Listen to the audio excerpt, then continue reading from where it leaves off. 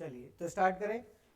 हमारा जो अगला टॉपिक है वो क्या है, principles of plant protection. Plant protection का मतलब आप जानते हैं, प्लांट को प्रोटेक्ट करना। और प्लांट को किन तीन चीजों से प्रोटेक्ट करने की जरूरत है बताओ जरा। हमने फर्स्ट क्लास में समझा था जब हमने एंटोमोलॉजी स्टार्ट किया था। ओके, एक तो इंसेक्ट, दूसरा डिजीज, तीसरा वीड। ठीक है, तो तीन चीजों से उसे बचाने की जरूरत हमें होती है। हम जो बात करने वाले हैं वो प्रिंसिपल्स ऑफ प्लांट प्रोटेक्शन में यही करेंगे कि इन तीन चीजों से हम उसे कैसे बचा सकते हैं, किस तरह से उसके अंदर अलग अलग हम मेथड्स जो है यूज करते हैं। ठीक है, तो इसके लिए एक साइंटिस्ट आए जिनका नाम क्या था बेटा, वेटजेल। क्या नाम था? वेटजेल। इन्होंने 1929 में कुछ फ्रेम करे थे हमारे प्रिंसिपल्स कि आप प्लांट को प्रोटेक्ट कर सकते हैं इन मेथड से। ओके, ये हमारे मेथड से, इनके अंदर अलग अलग वेज आएंगे कि आप इसके अंदर क्या यूज कर सकते हो। ठीक है, तो उन्होंने क्या कहा, प्लांट प्रोटेक्शन के टोटल कितने हमारे पास प्रिंसिपल्स है बेटा? 6 प्रिंसिपल्स है। कितने हैं? 6 प्रिंसिपल्स है। पहले 5 ही थे, उसके बाद एक और जो था वो हमारा आया है इसके अंदर बेटा, कौन सा? रेजिस्टेंस जो था वो बाद में इन्होंने इंक्लूड करा है। तो इसीलिए टोटल कितने हो गए? 6। तो आपके लिए पहला क्वेश्चन जो है वो ये बनता है कि प्लांट प्रोटेक्शन के जो प्रिंसिपल्स है वो टोटल नंबर के अंदर कितने हैं? 6 है। ठीक है, दूसरा क्वेश्चन बनता है कि प्लांट प्रोटेक्शन के प्रिंसिपल्स किसने दिए? वेटजेल ने दिए। उसने हमें जो प्रिंसिपल्स बताया है वो हमें यहां पर याद होने चाहिए, हमें पता होने चाहिए। ठीक है, कौन कौन से प्रिंसिपल्स बताए बेटा? एक तो था एक्सक्लूजन, एक था अवॉइडेंस, एक था प्रोटेक्शन, एक था रेजिस्टेंस, एक थेरेपी, और एक क्या था? इरेडिकेशन। ठीक है, और इरेडिकेशन का जो क्वेश्चन है वो 2020 जेट के अंदर पूछा हुआ है। ठीक है, उसके अंदर क्वेश्चन आया था। क्वेश्चन क्या पूछा था? बहुत सिंपल सा, complete removal of a weed from a place is known as eradication. बस इतना सा क्वेश्चन उन्होंने पूछा, वो प्लांट प्रोटेक्शन के इन्हीं प्रिंसिपल्स में से पूछा हुआ है। ठीक है, तो चलिए एक एक करके इनकी बात कर ले कि ये क्या हमसे कहते हैं। सबसे पहले हम बात करेंगे बेटा किसकी? एक्सक्लूजन की। किसकी बात करेंगे? एक्सक्लूजन। चलो, इंक्लूड करने का मतलब क्या होता है ये बताओ? शामिल करना या जोड़ना। तो उसका जस्ट ऑपोजिट क्या है? एक्सक्लूजन। मतलब बाहर निकालना, या फिर हम कह सकते हैं दूर कर देना, रिमूव करना। लेकिन रिमूव किसको करेंगे बेटा? जो हमारे पास आ चुका है। ओके, हम किसी को पास ही नहीं आने दे, वो दूर ही है और दूर ही रहने दे, उसको क्या कहेंगे? एक्सक्लूजन कहेंगे। ठीक है, तो एक्सक्लूजन हमसे क्या कहता है बेटा? Keeping the plant disease away from a new place. ठीक है, मतलब किसी एक जगह पर डिजीज नहीं है तो वहां पर आने भी नहीं देनी है। ठीक है, मान लिया जैसे चाइना के अंदर कोविड-19 जो है वो शुरू हुआ था। ओके, जिस दिन शुरू हुआ अगर उसी दिन से चाइना से फ्लाइट्स को बंद कर दिया जाता कि चाइना से कोई भी फ्लाइट जो है वो एक जगह से दूसरी जगह नहीं जाएगी, क्या कोविड-19 फैलता? वो एक्सक्लूजन कहलाएगा। मतलब डिजीज जिस जगह है उसको वहीं पर रहने दो, उसको नई जगह पर आना ही नहीं देना है, उसको हम क्या कहेंगे? एक्सक्लूजन कहेंगे।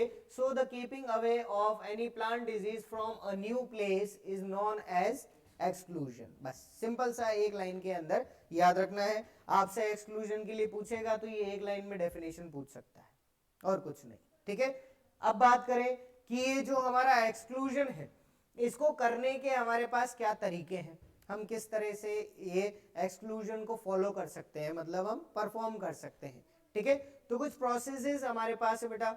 एक तो है प्लांट क्वारंटाइन। कौन सा है? क्या चीज होती है हम आगे बात करेंगे। सेकंड बात करें कौन सा है? Seed certification.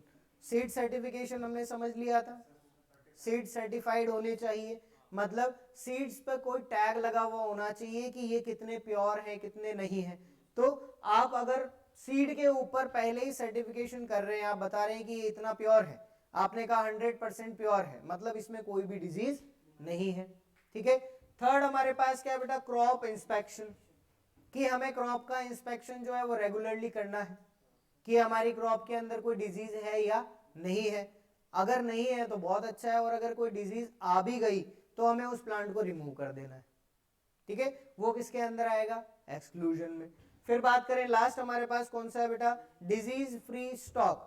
मतलब चाहे पूरे वर्ल्ड में जितनी चाहे डिजीज हो गई, ठीक है, लेकिन क्या हमारे इंडिया के जो प्राइम मिनिस्टर हैं, हमारे जो सबसे बड़े जो नेता हैं, क्या उनको कोविड हो सकता है? हम सोच सकते हैं? नहीं, बिकॉज उनकी सिक्योरिटी ही इतनी टाइट है। ठीक है, तो हमें क्या करना है बेटा, डिजीज फ्री स्टॉक में हमारे जितने भी सीड है, हमारे जितने भी प्लांट है, वो चाहे डिजीज्ड हो जाए, लेकिन हमें कुछ ऐसे प्लांट्स या ऐसे सीड को इतनी कड़ी सिक्योरिटी में रखना है कि उसमें कोई भी डिजीज नहीं हो। उसको हम क्या कहेंगे, डिजीज फ्री स्टॉक। और इसमें जो समझने वाली चीज है, आपके काम की चीज है, वो सिर्फ एक है। कौन सी है बेटा? Plant quarantine. ठीक है, इसके अलावा सारे जो मेथड्स हैं वो बहुत सिंपल है, हम पढ़ भी चुके हैं, हम जानते भी हैं, कोई दिक्कत नहीं है। ठीक है, तो चलिए प्लांट क्वारंटाइन देख ले बेटा कि प्लांट क्वारंटाइन क्या होता है। तो इसके लिए समझ लो कि मान लिया कि किसी एक पर्सन को कोविड है, ठीक है, मान लिया हम में से किसी एक को हो गया। अब जब भी हम बीमार होते हैं तो हमें कौन याद आता है? मम्मी याद आती है, घर याद आता है कि नहीं अब तो घर चला जाए, अब हमारी तबीयत यहाँ सही नहीं हो रही है, तो हम कहाँ चले जा रहे हैं? घर पे चले जा रहे हैं। और अगर तुम में से कोई एक बुद्धिमान व्यक्ति आकर ये कहे कि अरे तुम घर मत जाओ, हो सकता है कि ये कोविड हो, तुम यहीं पर रुक जाओ, क्या वो पर्सन रुकेगा? नहीं रुकेगा। क्यों? क्योंकि उसकी तबीयत खराब है, वो चाहेगा कि मैं घर चला जाऊं। लेकिन हम ये जानते हैं कि अगर ये घर पर गया तो ये अपने साथ दूसरों को भी ले डूबेगा। डूबेगा क्यों? बीमार कर देगा, जरूरी थोड़ी डूब जाए। तो क्या होगा कि वो वहां पर दूसरों को इन्फेक्ट कर सकता है। और अगर आपने रोकने की कोशिश करी तो हो सकता है वो थोड़ा सा समझ जाए, लेकिन फिर भी यही सोचेगा कि मैं घर चला जाऊंगा, ठीक हो जाऊंगा, है ना, यही बात होगी। लेकिन इससे तो वो रुका नहीं। तो आपने क्या किया? आपने पुलिस को इन्फॉर्म कर दिया, आपने हॉस्पिटल को इन्फॉर्म कर दिया कि एक पर्सन है वो संदिग्ध है कोविड 19 के लिए। ठीक है, वो आए और उसे उठाकर ले गए। ठीक है, 14 दिन क्वारंटाइन में रखा, वो ठीक हो गया, उसको वापस भेज दिया और अब वो घर जा सकता है। ठीक है, this is known as quarantine, इसको हम क्वारंटीन कहते हैं। ठीक है, तो क्वारंटीन का मतलब क्या हुआ बेटा? Application of a legal restriction. कौन सा रेस्ट्रिक्शन है बेटा? लीगल रेस्ट्रिक्शन मतलब कानूनी रोक लगाना। किसके ऊपर लगाएंगे? On the movement of any plant material. ठीक है, कोई भी प्लांट मटेरियल है उसके मूवमेंट पर हमें क्या लगानी है? कानूनी रोक लगानी है। ठीक है, अगर आप यहां पर एक कोई भी छोटा सा पौधा भी है, आप उसको लेकर जाना चाहते हैं, आप ये कहें कि मैं तो अमेरिका सेटल हो रहा हूं, ठीक है, और ये छोटा सा प्लांट है, ये मेरे साथ बचपन से है, मैं इसको ले जाना चाहता हूं अमेरिका, तो क्या आपको ले जाने दिया जाएगा? नहीं, आपको नहीं ले जाने दिया जा सकता। एक और इंपॉर्टेंट चीज, आप अगर प्लेन से जा रहे हैं किसी दूसरी कंट्री में, तो आपको अपने साथ अचार या फिर फूड आइटम्स ले जाने की इजाजत नहीं होती है। रीजन पता है? यही रीजन है कि हो सकता है उसमें कोई ऐसी फंजाई हो जो उस देश में नहीं है और आप उसको ले जाओ, तो पूरा देश तुम्हारी वजह से सफर करेगा, है ना। यही चीज हुई, कोविड 19 भी इसी तरह से तो फैला था। किसी को अगर कोई सिम्टम्स है और वो रुका नहीं, उसने कहा नहीं मैं तो घर चला जाऊं, ठीक है, और उस पर उस समय पर लीगल रेस्ट्रिक्शन नहीं लगे और वो यहाँ पर आ गए, और ये हमारे पूरी कंट्री के अंदर आज आप खुद देख सकते हो करोड़ों लोग जो है वो इसकी वजह से मर चुके, है ना। बहुत बड़ी हमारे लिए ट्रेजेडी हो गई, सबको इंजेक्शन खाने पड़ रहे हैं फ्री में, हो रहा है ना। तो ये किसकी वजह से बेटा? क्वारंटीन फॉलो नहीं करने की वजह से है। तो क्वारंटीन क्या है? किसी भी प्लांट मटेरियल या हम कहें एनिमल मटेरियल भी कह सकते हैं, उसके मूवमेंट पर लीगल रेस्ट्रिक्शन लगाना क्या कहलाता है? क्वारंटीन। समझ में आ गया अच्छे से? कोई दिक्कत नहीं इसमें, ठीक है। चलिए अब हम बात करेंगे इसको कि ये जो क्वारंटीन है, इतना सा याद रख लो, ये पूरी डेफिनेशन है। डेफिनेशन पूरी का मतलब यही है, from one place to another place, एक जगह से दूसरी जगह, with the aim of protecting the plant disease from entering to the new place। ये हमने समझ लिया, कोई लिखने की जरूरत नहीं है। अब क्वारंटीन जो है वो मेनली कितने टाइप्स का होता है बेटा? दो टाइप का, एक तो होता है डोमेस्टिक और एक कौन सा होता है? इंटरनेशनल। ठीक है, इंटरनेशनल का मतलब दो नेशंस के बीच में, मींस बिटवीन द कंट्रीज। तो हम कह सकते हैं अगर एक कंट्री से दूसरी कंट्री में कोई चीज ले जाने से हमने रोक दिया, it is known as international quarantine. और अगर डोमेस्टिक क्वारंटीन की बात करें तो इसका क्या मतलब है बेटा? एक स्टेट से दूसरे स्टेट में, एक ही कंट्री के अंदर, उसे हम क्या कहेंगे? डोमेस्टिक क्वारंटीन कहेंगे। कोई डाउट रहा इसमें? ओके, क्लियर है। अब बात कर ले डोमेस्टिक क्वारंटीन की। तो डोमेस्टिक क्वारंटीन का मतलब क्या है? Movement of plant material from one state to another of a same country. एक ही कंट्री के अंदर जब आप रेस्ट्रिक्शन लगा दोगे, जैसे कोविड जब बहुत ज्यादा फैल गया तो आपको तो घर से बाहर निकलने से रेस्ट्रिक्शन लगा दिया।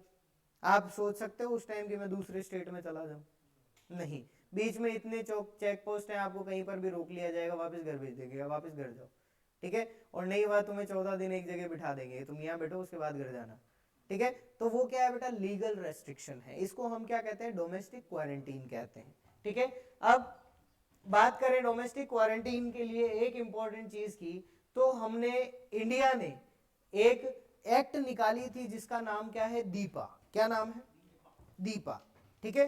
दीपा जो है वो क्या है? एक एक्ट का नाम है, ठीक है, लड़की का नाम नहीं है। क्या नाम है इसका? डिस्ट्रक्टिव इंसेक्ट पेस्ट एक्ट, ठीक है। डिस्ट्रक्टिव क्या है बेटा? जो तबाह कर सकता है एक इंसेक्ट या फिर कोई भी पेस्ट, उसके लिए हमने एक एक्ट बनाई थी। कब? 1914 में। और ये क्वेश्चन जो है वो बहुत सारी जगह पूछा जा चुका है, ठीक है। डिस्ट्रक्टिव इंसेक्ट पेस्ट इंडिया में कब लागू हुई? ठीक है, 1914 में हुई, 1914 के अंदर। और इसे हम शॉर्ट फॉर्म में क्या कहते हैं बेटा? दीपा कहते हैं। और ये किसके लिए किया गया? डोमेस्टिक क्वारंटीन के लिए किया गया था, ठीक है। चलिए, तो सिंपल सी एक लाइन में याद रखो, दीपा जो है कब लागू हुई थी? 1914 के अंदर हुई थी, ओके। चलिए, अब बात कर ले दीपा जो है इसका यूज कहां कहां पर हो रहा है या किस तरह से है। तो यहां पर हम बात करेंगे कुछ डिजीजेस की। एक डिजीज जो है बेटा वो कौन सी है? Potato ward disease. कौन सी डिजीज है? Potato ward disease. और वार्ट का मतलब क्या होता है? मस्सा। आपने देखा हो कई लोगों के चेहरे पर, किसी के हाथ पर मस्से हो जाते हैं, तो उसको वार्ट कहा जाता है इंग्लिश के अंदर, ठीक है। तो हम इसे क्या बोलते हैं बेटा? आलू का मस्सा रोग या फिर पोटैटो वार्ट डिजीज। ये कहां पर सबसे ज्यादा मिलती है? वेस्ट बंगाल में। कहां पर मिलती है? तो आलू को वेस्ट बंगाल से लाना मना है, ठीक है। आप वेस्ट बंगाल से आलू दूसरे स्टेट में नहीं ले जा सकते, बिकॉज उसके ऊपर डोमेस्टिक क्वारंटीन लगा हुआ है। और अगर आप चाहो कि मैं जेब में छुपा के एक आलू लेके आ जाऊं, तो आप उस टाइम पर एक इलीगल काम कर रहे हो, ठीक है। It's not a legal work, ठीक है। आप वहां से आलू नहीं लेके आ सकते, ठीक है। आप हिमाचल से सेब ला सकते हो, लेकिन वेस्ट बंगाल से आलू नहीं ला सकते, ठीक है। तो इसके लिए हमें याद रखना है, पोटैटो वार्ट डिजीज के लिए कहां लगा हुआ बेटा क्वारंटाइन? वेस्ट बंगाल के अंदर। दूसरी हम बात करें कौन सा है? बंची टॉप ऑफ बनाना। कौन सा डिजीज है? ठीक है, ये क्वेश्चन जो है वो जेट में पूछा हुआ, याद रखना। बंची टॉप ऑफ बनाना किसकी वजह से होता है?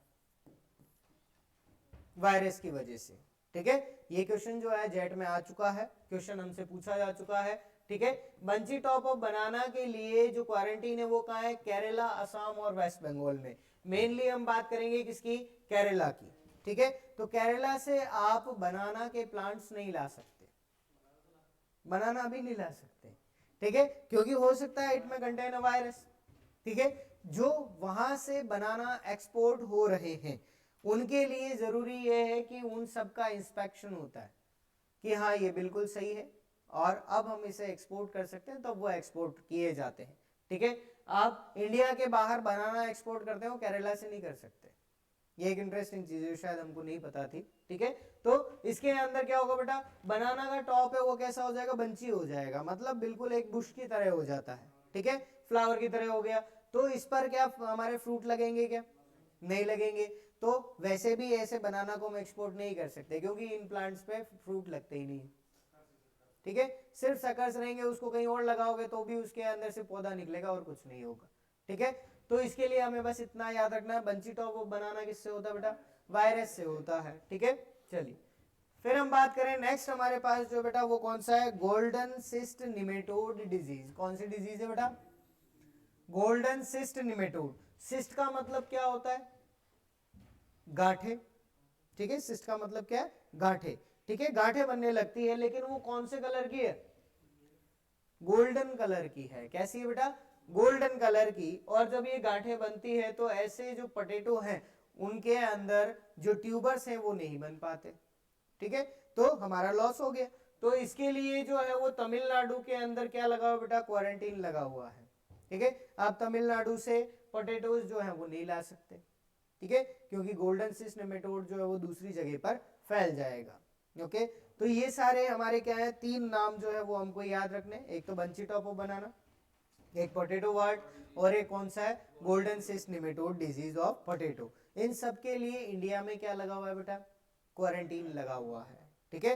क्वेश्चन जो है वो आपके सुपरवाइजर में या फिर जेट में नहीं पूछा, आपका जो राजस्थान प्री पीजी का एग्जाम होता है एमएससी का, उसके अंदर भी पूछा हुआ है, ठीक है, कि श्रीलंका से इंडिया के अंदर एंट्री पर कौन सी डिजीज के लिए क्वारंटाइन है, ठीक है।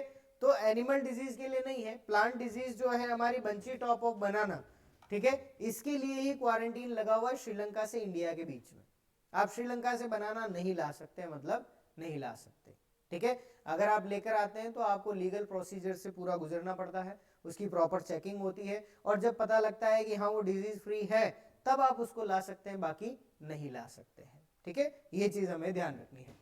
चलिए अगली बात करें बेटा किसकी, इंटरनेशनल क्वारंटाइन की। तो बिटवीन द कंट्रीज, 2 कंट्रीज के बीच में अगर हम बात करते हैं तब उसे क्वारंटीन कहेंगे इंटरनेशनल टाइप का, और इंटरनेशनल क्वारंटीन हर एक डिजीज के लिए होता है, ठीक है।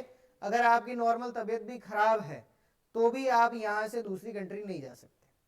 आपको ध्यान होगा, आप दूसरी कंट्री जाते हैं, आपका वीजा बनता है, उस टाइम आपकी बॉडी का चेकअप होता है, आपका ब्लड टेस्ट होता है, पता है क्या, ओके। तो वो ब्लड टेस्ट किस लिए होता है, डिजीजेस के लिए, कि आपको कोई ऐसी डिजीज तो नहीं है जो इन्फेक्शियस है, अगर ऐसी कोई डिजीज है तो आपको नहीं जाने देते, ओके। तो इंटरनेशनल क्वारंटीन हर एक डिजीज के लिए बना हुआ है, हर एक वीड के लिए बना हुआ है, हर एक इंसेक्ट के लिए बना हुआ है। तो यहां से दूसरी कंट्री में जाने वाला या दूसरी कंट्री से हमारी कंट्री में आने वाला हर एक पर्सन जो है उसको क्वारंटीन प्रोसीजर से होकर निकलना पड़ता है, ठीक है। समझ में आ गया अब तो, ठीक है। चलिए, वो इसलिए आया बेटा क्योंकि हम तो ये जो चीजें पढ़ रहे हैं ये थ्योरी है, ये प्रैक्टिकल नहीं है, ओके। थ्योरी के अंदर हम जो चीज लिखना चाहे, जो चीज पढ़ना चाहे कर सकते हैं। हमने तो कह दिया कि इंटरनेशनल क्वारंटीन है वो हर एक डिजीज पर है और लागू भी है, लेकिन कई जगह हम इस जगह कह सकते हैं कि हमारी जो सिस्टम्स हैं, जैसे एयरलाइंस का सिस्टम है, उसमें मान लिया आपकी टिकट है वो 20,000 की है, आप उसी को 20 की जगह 30,000 दे दो कि नहीं मुझे तो जाना है, वो आपको जाने देंगे, ठीक है जाओ। कहाँ जाना है, अपने ही कंट्री वापस जाना है, तो वो और नहीं रोकेंगे कि ठीक है फिर तो और जाओ, ठीक है। तो ये जो चीजें हैं वो हमारी दिक्कत है, ओके। क्योंकि कंट्रीज जो है वो खुद के लिए सोच सकती हैं, दूसरी कंट्रीज के लिए सोचना बाद में होता है, पहले वो खुद के लिए सोचती हैं। मान लो कोई इन्फेक्शियस है और कह दे कि तुम यहां पर नहीं रह सकते, तो कहाँ जाएगा बेचारा, अपनी कंट्री ही जाएगा, और कहाँ जाएगा। कोविड के टाइम पे भी आपको ध्यान होगा कितने माइग्रेंट्स जो थे जो हमारे दूसरे कंट्रीज में हैं उनको वापस इंडिया भेज दिया गया था कि आप वापस अपने कंट्री चले जाओ, आप यहाँ नहीं रह सकते, बिकॉज आप हमारे लिए खतरा हो, ठीक है, ये हुआ था, ठीक है। तो ये जो चीजें हैं वो हमारे इस क्वारंटीन प्रोसीजर के बीच में आती हैं, गवर्नमेंट्स के जो इंटरफेरेंसेस है वो, ठीक है, वो बड़े लेवल पर बात है, वो हमारे काम की चीज है भी नहीं, ठीक है। चलिए अब बात कर ले, फर्स्ट हमने समझ लिया क्या है एक्सक्लूजन, मतलब डिजीज जहां पर है वहीं रहने दो, उसको दूसरी जगह पर फैलने नहीं देना है, this is called exclusion. Second जो हमारा प्रिंसिपल है वो कौन सा है बेटा, अवॉइडेंस। कौन सा है, अवॉइडेंस, ठीक है। अवॉइड का मतलब तो तुम्हें पता होगा, अवॉइड करना, ठीक है। जब आपका पूरा एक ग्रुप है, आप सभी यहां पर बैठे हो, आप सभी इंग्लिश मीडियम के स्टूडेंट्स हो, अगर यहाँ पर कोई हिंदी मीडियम का स्टूडेंट आ जाए और कहे नहीं मैं भी तुम्हारे साथ इंग्लिश में पढ़ूंगा, ठीक है, उसे समझ में नहीं आ रहा और वो तुम्हें बार बार डिस्टर्ब करेगा, तो तुम उसे क्या करोगे, अवॉइड करोगे कि नहीं हम इसकी बात ही नहीं सुन रहे, हम थोड़ी देर के लिए बहरे हो गए, आप अवॉइड करोगे, ठीक है। तो ये जो चीज है वो अवॉइड करने का वर्क कब होगा, जरा ये सोच के बताना, जब वो आपकी क्लास में एंटर हो गया। ऐसा तो नहीं कि कोई क्लास के बाहर खड़ा है चुपचाप बैठा है और आप उसको अवॉइड कर रहे हो, कर सकते हो क्या, नहीं, वो खुद ही पहले ही एक्सक्लूड है, उसको तो एक्सक्लूजन कहा, लेकिन वो पर्सन अब कहां आ गया, अंदर आ गया, अब आप उसको क्या करना चालू करोगे, अवॉइड करना स्टार्ट करोगे। यही चीज डिजीज पे अप्लाई कर दो, कि डिजीज जो है वो दूसरे कंट्री से हमारी कंट्री में आ चुकी है, अब हमें उसे क्या करना पड़ेगा, अवॉइड करना पड़ेगा। मींस हमें उस डिजीज को हमारे यहाँ के प्लांट्स के कांटेक्ट में आने से रोकना है, इसी को हम अवॉइडेंस कहेंगे। ठीक है, प्रोटेक्टिंग द क्रॉप और the plants from contact with the pathogen. ठीक है, तो हमारा पैथोजन जो है वो दूसरी जगह से आ चुका है, अब हमें हमारी क्रॉप्स को बचाना है उस पैथोजन से, उसको हम क्या कहेंगे, अवॉइडेंस कहेंगे। आगे बात समझ में, सिंपल सा है। ठीक है, एक्सक्लूजन दूर की जगह पर होगा और अवॉइडेंस जो है वो हमारी पर्सनल जगह पर होगा, वहां पर हम पैथोजन को कांटेक्ट में नहीं आने देंगे। ठीक है, एग्जांपल क्या है इसके बेटा, सिलेक्शन ऑफ द फील्ड। ठीक है, फील्ड का सिलेक्ट करना हमारे लिए बहुत जरूरी होता है। मान लो आपको पता है कि यहाँ पर हमारे खेत के अंदर जो है एक फंजाई जो है वो रहती है, जिसकी वजह से क्या होगा, रूट रॉट, या फिर हमने मान लिया कोई भी डिजीज ले लो, चलो डाउनी मिल्ड्यू मान लिया कि डाउनी मिल्ड्यू हो रही है, और आपको पता है कि डाउनी मिल्ड्यू का पैथोजन इस सॉइल में है, क्या आप वहां प्लांट्स लगाओगे, नहीं लगाएंगे। ठीक है, this is known as exclusion, sorry avoidance. ठीक है, आप उस फील्ड को अवॉइड कर दोगे कि मुझे इस फील्ड में ग्रो ही नहीं करना। सेकंड क्या हो गया बेटा, सोइंग टाइम। ठीक है, मान लिया हमारा पैथोजन जो है वो पैथोजन सबसे ज्यादा एक्टिव होता है बारिश में, आप बारिश में उस टाइम पर लगाओ मत अपनी क्रॉप। ठीक है, आप सर्दियों में लगा दो, आपने सीजन स्किप कर दिया, आपने टाइम चेंज कर दिया, तो उससे क्या हुआ, उस पैथोजन के कांटेक्ट में आने से आप बच गए। ठीक है, तीसरा selection of a variety, means हम यहाँ पर किसकी बात कर रहे हैं बेटा, रेजिस्टेंट वैरायटीज की बात कर रहे हैं। किसकी, रेजिस्टेंट वैरायटीज। ठीक है, तो रेजिस्टेंट वैरायटीज है, क्या उस पे ऊपर पैथोजन का कोई इफेक्ट होगा, क्या नहीं होगा, हम पहले ही रेजिस्टेंट है, मतलब हम ढीठ हैं, आपको कोई कितना भी परेशान कर ले आपको कोई फर्क ही नहीं पड़ता, क्या वो आपका कुछ बिगाड़ सकता है, नहीं बिगाड़ सकता। ठीक है, बिल्कुल वही चीज होती है कि मैं पढ़ने के लिए कहता रहता हूँ कि नहीं बेटा पढ़ लो, नहीं पढ़ लो, लेकिन हम पहले ही ढीठ हो चुके हैं कि हम नहीं पढ़ेंगे, तो आप मुझे अवॉइड कर देते हो कि नहीं, अवॉइड कर दिया, कहीं रास्ते में दिख भी जाऊं तो दूर से निकल जाओगे, अरे सर वापस पढ़ने के लिए कहेंगे, रहने दो, अवॉइड करो, चलो अपन इधर से चलते हैं। तो इसको हम क्या कहते हैं बेटा, अवॉइडेंस कहते हैं। क्या कहते हैं, अवॉइडेंस। आ गया समझ में। चलिए थर्ड हम बात करें, अगला जो हमारा प्रिंसिपल है वो कौन सा है बेटा, प्रोटेक्शन। ठीक है, अब प्रोटेक्शन कब करनी पड़ेगी ये सोच के बताओ, जब वो आपके पास आकर बैठ गया, जब उससे खतरा है।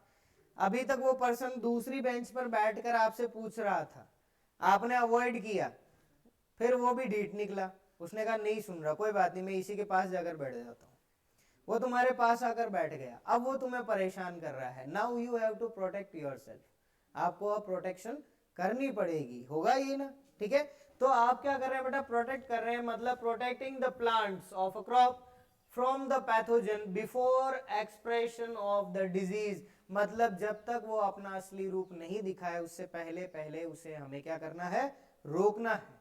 ठीक है, this is known as protection. अब प्रोटेक्शन की बात करें तो हमें प्रोटेक्ट किसको करना पड़ेगा, हमारे क्रॉप प्लांट्स को। उसके कुछ मेथड्स हैं हमारे पास, हम बात कर ले। एक तो क्या है, सीड ट्रीटमेंट। ठीक है, वही एग्जांपल वापस पीछे चले कि डाउनी मिल्ड्यू का जो पैथोजन है वो हमारी सॉइल में रह रहा है।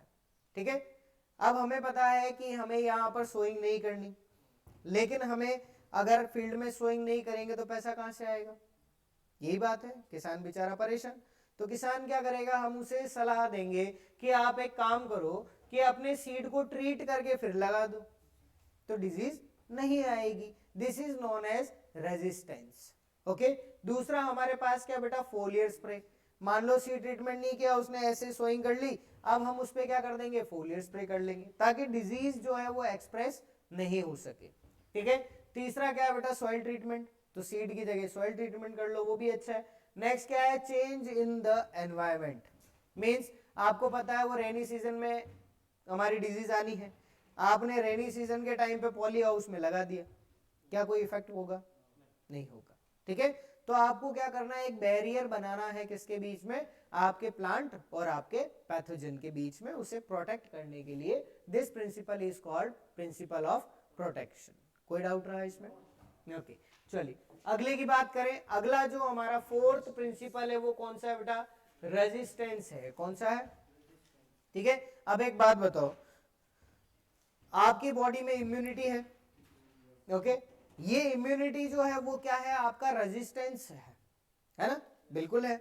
आपकी बॉडी में कोई पैथोजन एंटर कर गया तो भी आप उससे प्रभावित नहीं होंगे, तो भी आपका कोई इफेक्ट नहीं होगा, this is known as resistance, मतलब आप उसको झेल सकते हैं, ठीक है, आप स्ट्रांग है, इनफ है, ठीक है। तो हम यहाँ पर क्या कर रहे हैं बेटा, जो भी हमारा क्रॉप प्लांट है उसको हम क्या बना रहे हैं, स्ट्रांग बना रहे हैं, जिससे वो उस डिजीज से क्या कर सके, फाइट कर सके, ठीक है। हमें उसे कोई दूसरी जो हमारे मेथड्स हैं उनको यूज करने की जरूरत नहीं, हमें क्या करना है, उसको खुद इतना टफ बना देना है कि वो खुद ही डिजीज को रोक सकता है, उसको हम क्या कहेंगे, रेजिस्टेंस कहेंगे।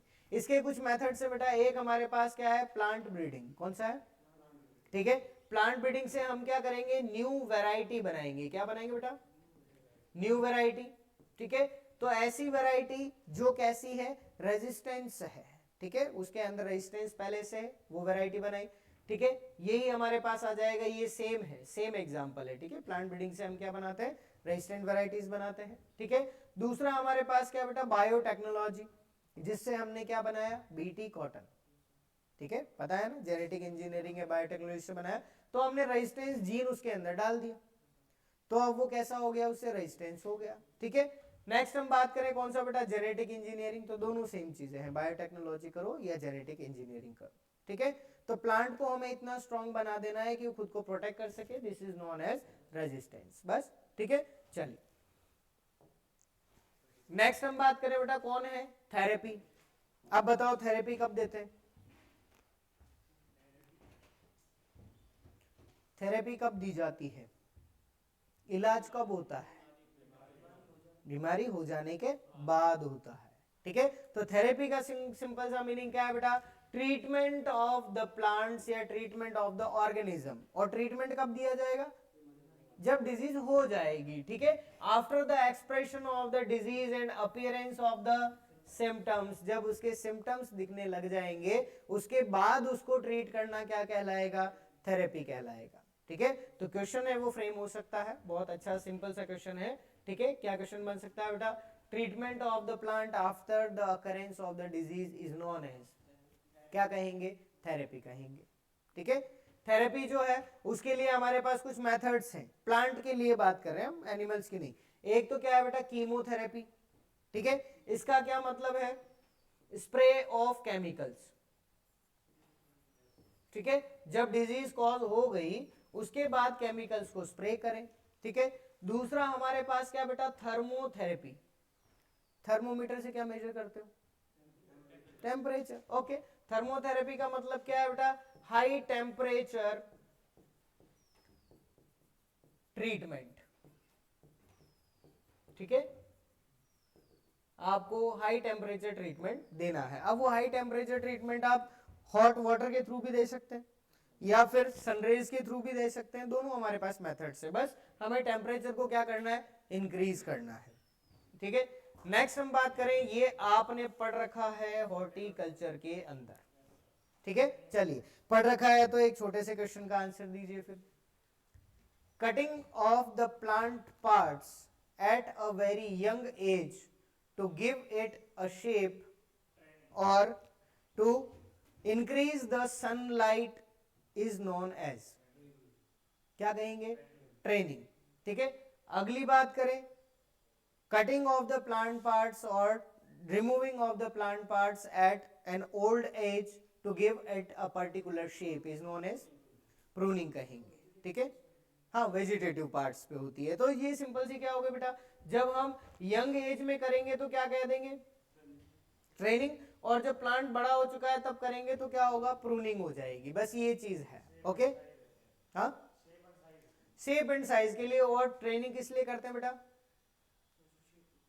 शेप तो देते ही है, लेकिन मेन हमारा जो मोटिव है वो क्या है, to increase the sunlight absorption, ठीक है, ताकि उसकी ग्रोथ अच्छी हो सके, उसके लिए ट्रेनिंग की जाती है, और शेप देने के लिए हम क्या करते हैं, प्रूनिंग यूज करते हैं, ओके, क्लियर है। चलिए लास्ट बात कर लें, लास्ट क्या है हमारे पास, इरेडिकेशन, क्या है बेटा, इरेडिकेशन। अब यहां पर जो लिखा हुआ है, complete removal of a plant disease, इस डिजीज की जगह आप वीड भी लिख सकते हो, ठीक है, वीड की जगह आप इंसेक्ट भी लिख सकते हो। ठीक है, तो अगर क्वेश्चन पूछ ले complete removal of any insect from a place is known as eradication. Question आपसे पूछा हुआ है वीड के लिए, complete removal of a weed from a plant is known as eradication. JET में आ चुका है, यही क्वेश्चन उसमें पूछा था, सिंपल सा क्वेश्चन है ना। ठीक है, अगर हमें पता है, नॉलेज है, तो हम आराम से लिख सकते हैं, और नहीं पता तो हम गलत करेंगे। ठीक है, चलिए, इसके लिए हमारे पास बहुत सारे मेथड्स है बेटा, फिजिकल मेथड है, कल्चरल मेथड, केमिकल मेथड्स जो है जितने भी है वो हम यूज कर सकते हैं। फिजिकल मेथड में क्या करना है, वीड है तो वीड को उखाड़ कर फेंक दो। ठीक है, डिजीज है तो डिजीज प्लांट को उखाड़ कर फेंक दिया। ठीक है, वो क्या है, इरेडिकेशन। कल्चरल मेथड में हम क्या कर सकते हैं, हम अपने टाइम ऑफ सोइंग उसको चेंज कर सकते हैं। हम एंटोमोलॉजी में पढ़ चुके हैं सारी ये चीजें, है ना। हम वहां पर रेजिस्टेंट वेराइटीज यूज कर सकते हैं, हम वहां पर सोइंग का टाइम चेंज कर दें, हार्वेस्टिंग का टाइम चेंज कर दें, इरिगेशन का मेथड चेंज कर दें, जो भी मेथड यूज करें, अगर कंप्लीट रिमूवल कर देते हैं तो उसको क्या कहते हैं, इरेडिकेशन कहते हैं। ठीक है, चलिए, तो हमने कितने प्रिंसिपल्स पढ़े बेटा, पहला कौन सा पढ़ा, एक्सक्लूजन, मतलब डिजीज को दूर ही रखना। दूसरा कौन सा पढ़ा, मतलब डिजीज पास आ गई है, अब उसको अवॉइड करो। अगर वो भी नहीं हुआ तो तीसरा प्रिंसिपल कौन सा पढ़ा, प्रोटेक्शन, मतलब डिजीज और पास आ गई है, अब क्या करना है, प्रोटेक्ट करना है। ठीक है, चौथा कौन सा पढ़ा, रेजिस्टेंस, मतलब डिजीज हमारे अंदर एंटर हो चुकी है, अब हमें रेजिस्टेंस जो है वो जनरेट करना पड़ेगा। अगर फिर भी कंट्रोल नहीं हुआ तो ट्रीटमेंट देना पड़ेगा, और अगर फिर भी कंट्रोल नहीं हुआ तो इरेडिकेशन कर दो। ठीक है, तो क्या इनको याद करने की जरूरत है क्या, सिंपल से है, हमें दूर से लेकर डिजीज को बिल्कुल पास लेकर आना और कुछ भी नहीं करना। ओके, और सिंगल लाइन में डेफिनेशन याद रखनी है, और उसके जो मेथड्स हैं वो हमें सोच समझ के आंसर करने और कुछ भी नहीं करना। ठीक है, याद हो सकते हैं। ओके, चलिए बाकी नेक्स्ट क्लास में बात करेंगे।